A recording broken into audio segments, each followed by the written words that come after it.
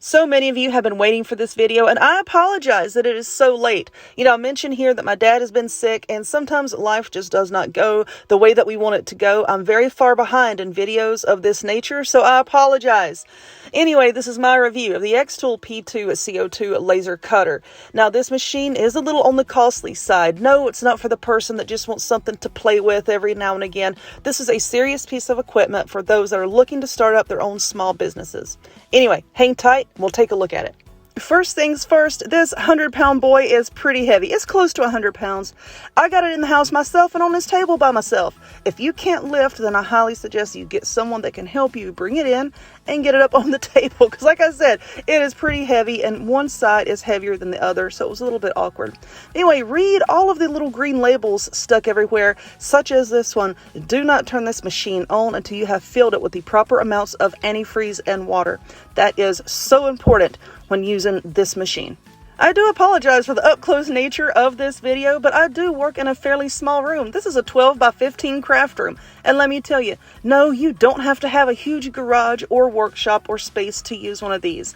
Just a very sturdy table. So I don't have a whole lot of room to move around in here. Once you open it up, you're going to take out the instruction manual, and you're also going to pay attention to these little green labels right here. It says remove the screw. We're going to go over that here in a second, but just remember to pay attention to those. Down in this foam here is a bottle of your antifreeze. Yes, antifreeze. If you've never used a CO2 cutter before, which I have, then you're going to be a little bit surprised at having to put water and antifreeze in this machine, and that's just to prevent the laser tube from freezing, cracking, and breaking, which is not good.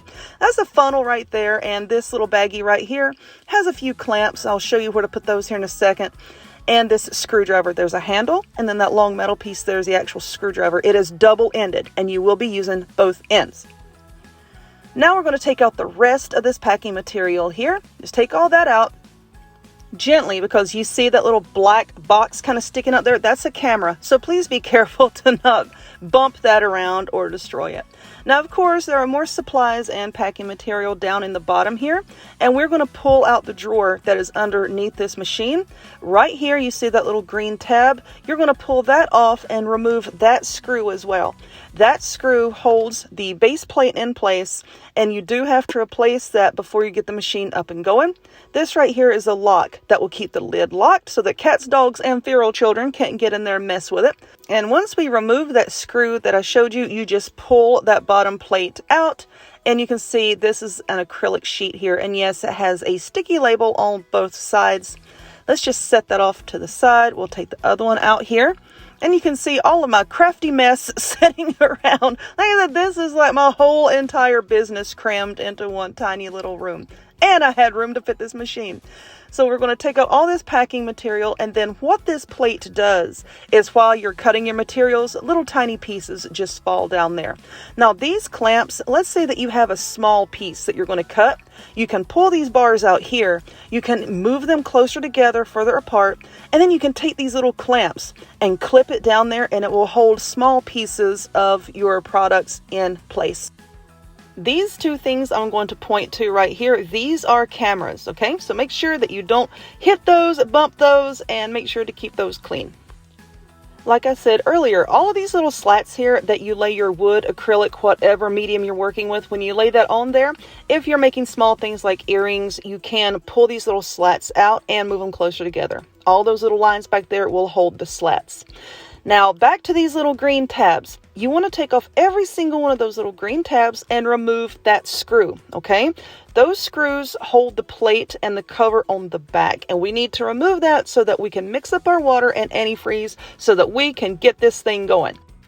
You have 4 screws across the back plate that you need to take out, and one is kind of sort of like down on the vent. Let's see if we can zoom in on that here, because this one can be a little bit tricky to find. See, it's right there on the vent. Be sure and take that one out as well. Rock the plate back and forth and take it off, and right there, this is our laser tube, okay? That's where you plug in your power cord, and that is the power switch down there. But anyway, just inspect this first. Make sure that it's not broken, that there are no cracks or little splits in it anywhere. Very, very important. This contains your laser, okay? And right here, this little tank is where we're going to put in our antifreeze and water. Very important note here, do not use tap water. I don't care if you have well water, don't use water out of the tap. Get purified water. If not, you run a big risk of damaging your laser. So put the funnel in there. And first I'm going to pour in the antifreeze. Like I said, in the instruction manual and on the bottle, there is a chart and it's going to tell you exactly how much to use. So this is the first time I filled it up. I put in the antifreeze and put in the water, and we're going to turn it on and we're going to let that circulate for about 30 seconds. I don't know if you can see that bubble in there moving, but this is going to get the fluids moving around in there to make sure that you have that laser tube filled up. In case you live in a very cold climate, that is going to protect it from busting. After you've let it run for the 30 seconds, refer back to your chart and it's going to tell you how much more purified water to add in there. So yes, you have to add things to this machine twice in order to get it set up to go. Now, let's talk about the mirrors. This machine has 3 mirrors. This is how the machine works. The laser bounces off of the mirrors, and that's how you get the laser to come out and cut your materials.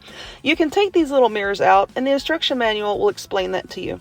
You can take these little mirrors out to make sure they're nice and clean, and then put them back in place. So you can see there's a bunch of screws all around the 3 mirrors, and you have to use that to adjust them to get them set up in the correct position. We're just going to move this down, move your laser head over gently. Don't go grab it and just swinging stuff everywhere. Move it gently. And we're going to move this back to us because as you can see, there's a mirror right here. Right there, that's a mirror. So we need to bring this back to us so that we can make sure that they are properly set up.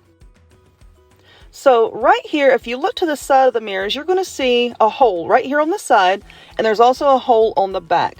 That is where the laser comes in, hits the mirror, and then shoots over to this piece here, and it needs to go into that hole there.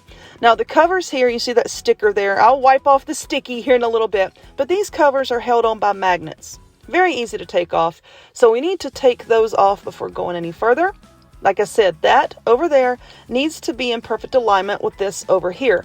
And this is where we need to use a little tool to adjust the mirrors. You see that mirror? There's another one right there.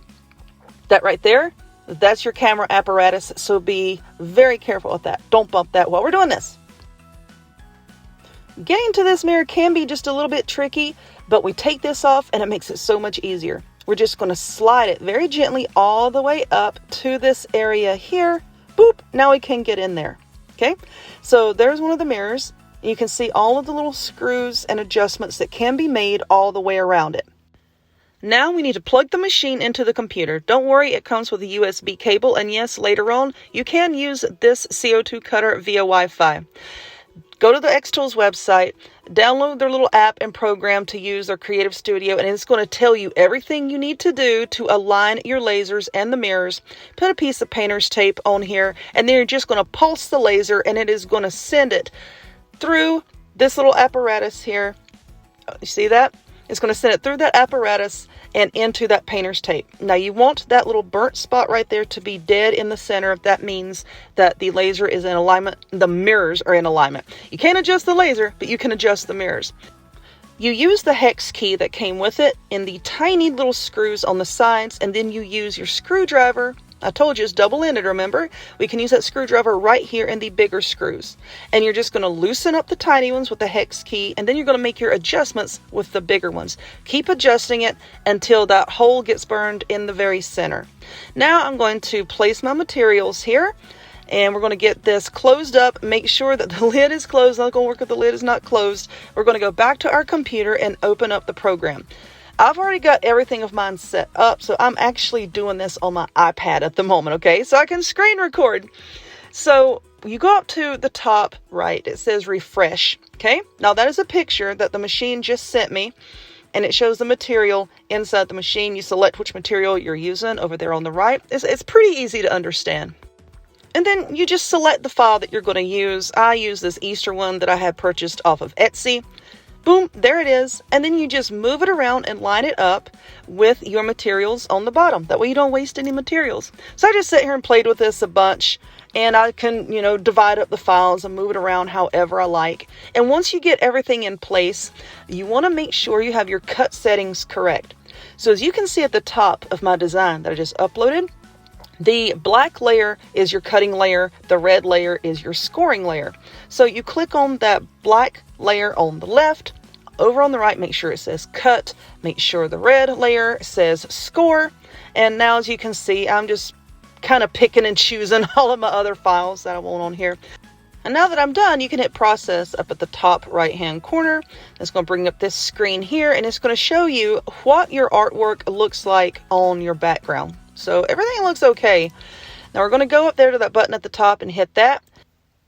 Once it tells you to hit the power button on the machine, go over there and push that, because it won't start unless you push that button.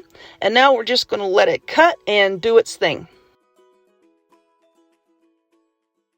Okay, so I'm back at my craft table here, and I did make a handful of things. I made a bunch of these, and you're probably saying, well, what are those? Well, these are little crystal sphere holders. I have tons of these crystal spheres, and it just holds them to keep them from rolling around. So I got this really awesome cut file off of Etsy. See, this sits like so. As you can see, it engraved the little design and then cut it out.